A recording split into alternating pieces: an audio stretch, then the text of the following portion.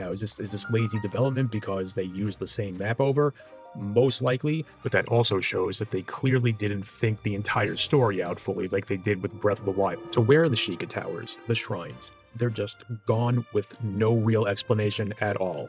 And instead, we're handed new towers and new shrines as if the old ones never existed. So why build a sequel that erases the world-building foundation of the first game?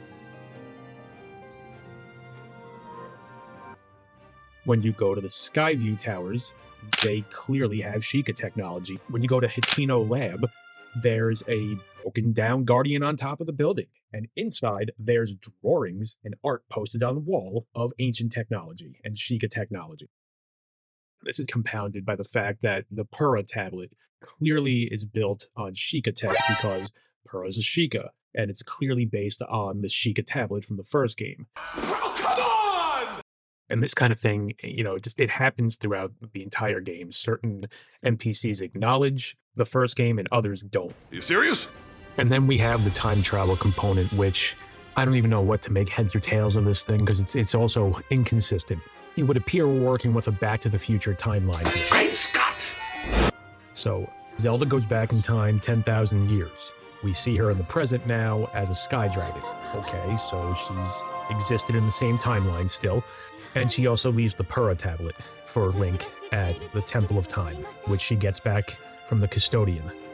So Back to the Future timeline means that in order for the future, or in this case the present, to change, the present version of someone needs to go to the past. So if you've seen Back to the Future, you know that when Marty goes back in time, what he does affects the future, the present for him in the beginning of the movie.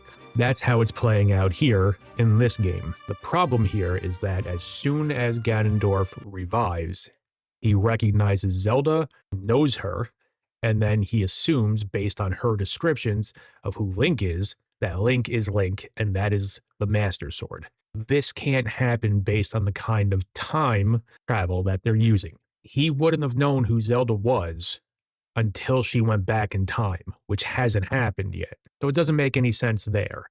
We can have Mr. Hulk here explain why it doesn't work in general. If you travel to the past, that past becomes your future, and your former present becomes the past, which can't now be changed by your new future. So Back to the Future is a bunch of bullshit? Go back in time. Why don't we just find Baby Ganon. and